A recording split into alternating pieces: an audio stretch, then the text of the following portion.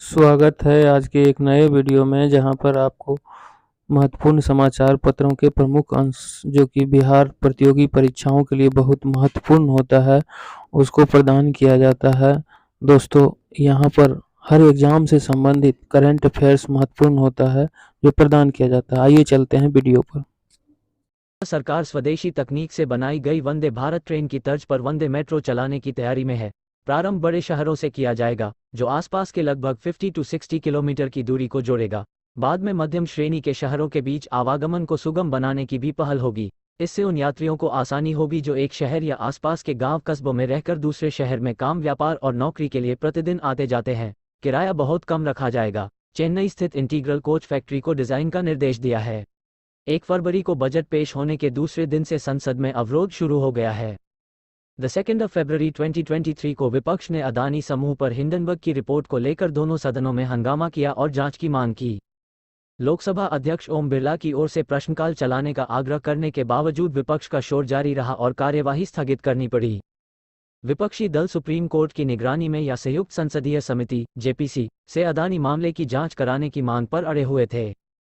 इस मामले को लेकर कांग्रेस ने 6 फरवरी को देश भर में एलआईसी और एसबीआई के कार्यालयों के सामने प्रदर्शन का फैसला किया है। संसद में बुधवार को बजट प्रस्तुत होने के बाद गुरुवार से राष्ट्रपति द्रौपदी मुर्मू के अभिभाषण पर चर्चा शुरू होनी थी।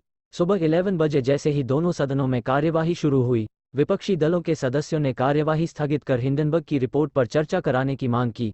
पीठ की ओर से नोटिस खारिज किए जाने से असंतुष्ट विपक्षी सदस्य नारेबाजी करने लगे। इस पर पहले लोकसभा और फिर राज्यसभा की कार्यवाही को दोपहर 2 बजे तक के लिए स्थगित किया गया।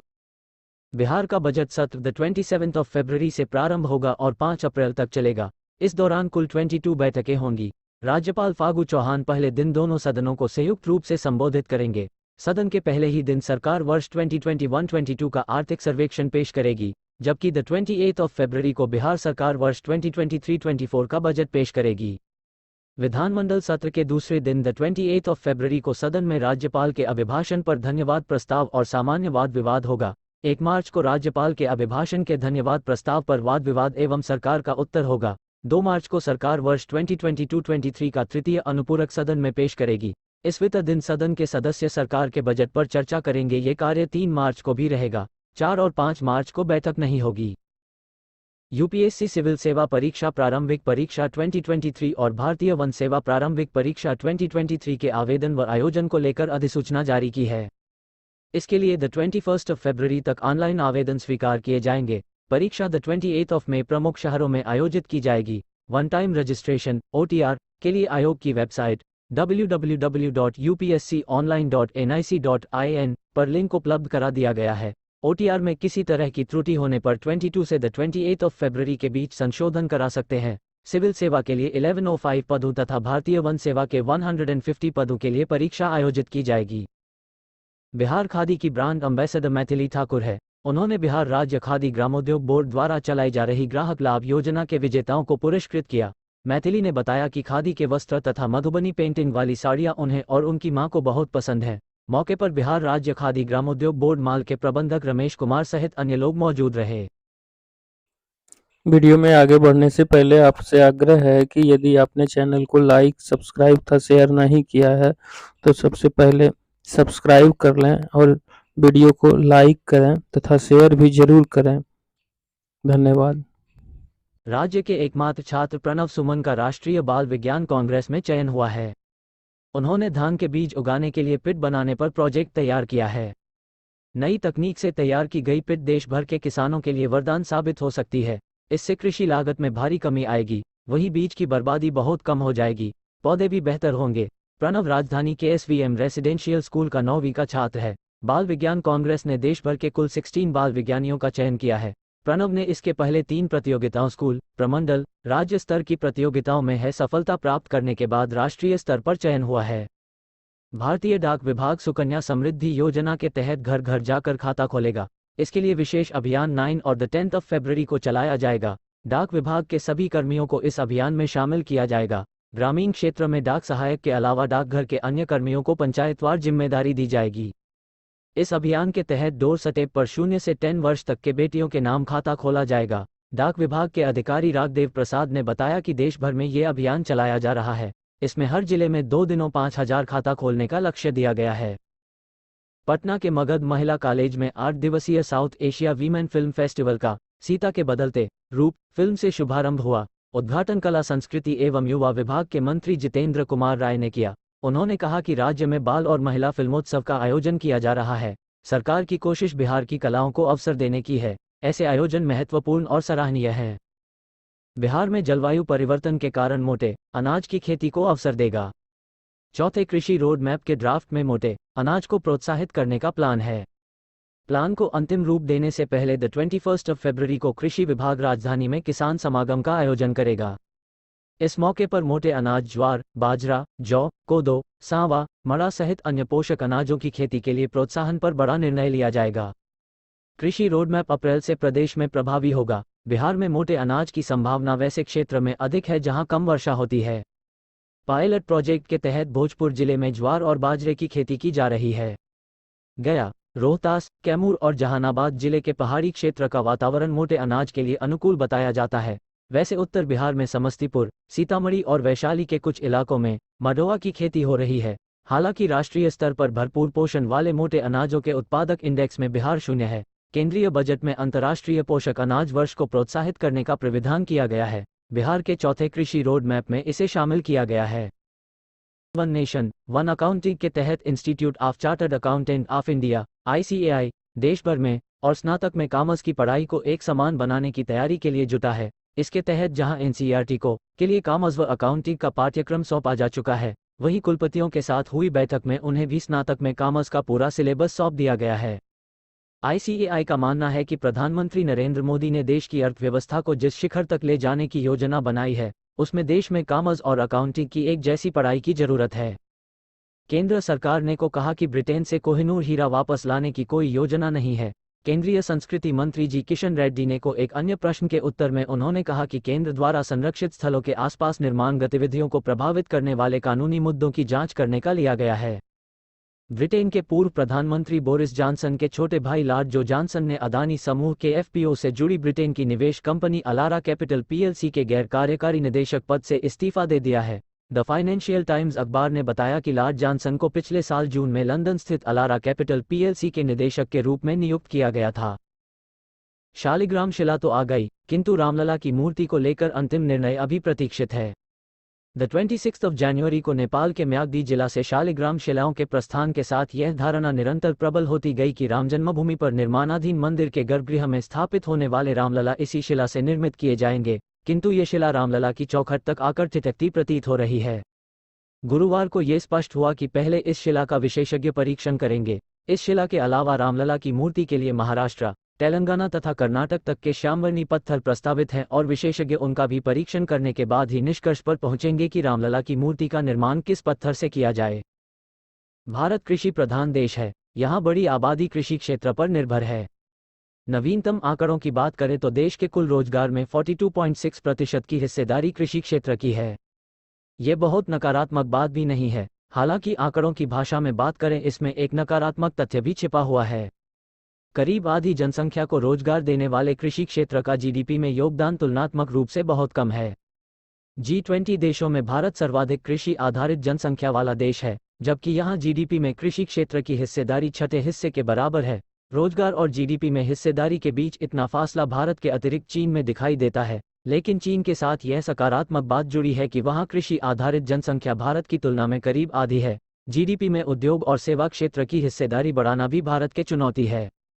सबसे कम प्रति व्यक्ति GDP PPP वाले G20 के 5 देशों में कृषि क्षेत्र की स्थिति। भारत में रोजगार 42.6 केयर ऑफ, GDP में हिस्सेदारी 16.8 केयर ऑफ। इंडोनेशिया में रोजगार 28.5 केयर ऑफ, GDP में हिस्सेदारी 13.3%। चीन में रोजगार 25.3 केयर ऑफ, GDP में हिस्सेदारी 7.3 केयर ऑफ। ब्राजील में रोजगार 9.1%, GDP में हिस्सेदारी 6.9%। दक्षिण अफ्रीका में रोजगार 5.3 केयर ऑफ, GDP में हिस्सेदारी 2.5 केयर ऑफ। सबसे ज्यादा प्रति व्यक्ति GDP PPP वाले G20 के 5 देशों में कृषि क्षेत्र की स्थिति। ऑस्ट्रेलिया रोजगार 2.6 केयर ऑफ, GDP में हिस्सेदारी 2.3, फ्रांस रोजगार 2.5 केयर ऑफ जीडीपी में हिस्सेदारी 1.6 केयर ऑफ कनाडा रोजगार 1.5 जीडीपी में हिस्सेदारी 1.7 अमेरिका में रोजगार 1.4 केयर ऑफ जीडीपी में हिस्सेदारी 1.0 केयर ऑफ जर्मनी में रोजगार 1.2 केयर ऑफ जीडीपी में हिस्सेदारी 0.9 केयर ऑफ। केंद्र सरकार ने साल 2023-24 के लिए पेश किए गए बजट और उसके एक दिन पहले लाए गए आर्थिक सर्वेक्षण में स्पष्ट रूप से सामने रखा है कि शहरों के विकास के लिए स्थानीय निकायों को अपनी जिम्मेदारी समझनी होगी और राज्य सरकारों को उन्हें सुधारों के जरिए आत्मनिर्भरता की दिशा में बढ़ाना होगा।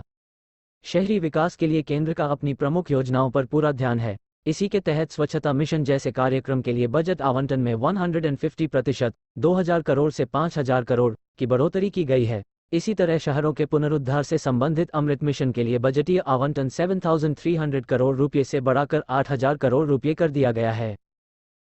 भारत आयकर संग्रह पर सबसे कम खर्च करने वाले देशों में शामिल है। भारत में 100 रुपये का आयकर संग्रह करने के लिए सरकार 57 पैसे खर्च करती है, जबकि ब्रिटेन 100 रुपये आयकर संग्रह के लिए 73 पैसे, जापान 174 पैसे, जर्मनी 135 पैसे, कनाडा 150 पैसे व फ्रांस 111 पैसे खर्च करता है। कोयला आयात को लेकर अपनी नीति बदलने के बाद बिजली मंत्री आर.के. सिंह ने कहा है कि सरकार का लक्ष्य देश में पर्याप्त और उचित मूल्य पर बिजली उपलब्ध कराना है। इसके लिए जरूरत पड़ने पर बाहर से कोयला आयात भी किया जाएगा और घरेलू कोयले में उसका मिश्रण भी किया जाएगा। उन्होंने कहा, भारत में पावर ब्लैकआउट अब मंजूर नहीं है। आर.के. सिंह 6-7 फरवरी को बेंगलुरु में G20 देशों के बीच बिजली उपयोग में बदलाव के विषय में होने वाली बैठक की जानकारी देने के लिए मीडिया से बात कर रहे थे। भारत इस साल प्रतिष्ठित G20 सम्मेलन की मेजबानी कर रहा है। G20 समूह में शामिल देश वैश्विक सकल घरेलू उत्पाद का लगभग 85% और वैश्विक व्यापार का 75% से अधिक का प्रतिनिधित्व करते हैं। इन देशों में दुनिया की आबादी के 2/3 लोग रहते हैं। बिजली मंत्रालय ने हाल ही में देश के ताप बिजली संयंत्रों को फिर से कोयला आयात सुनिश्चित करने का निर्देश दिया है। देश में लैब में विकसित होने वाले हीरे (LGD) के कारोबार को प्रोत्साहित करने के लिए 2 महत्वपूर्ण कदम उठाए गए।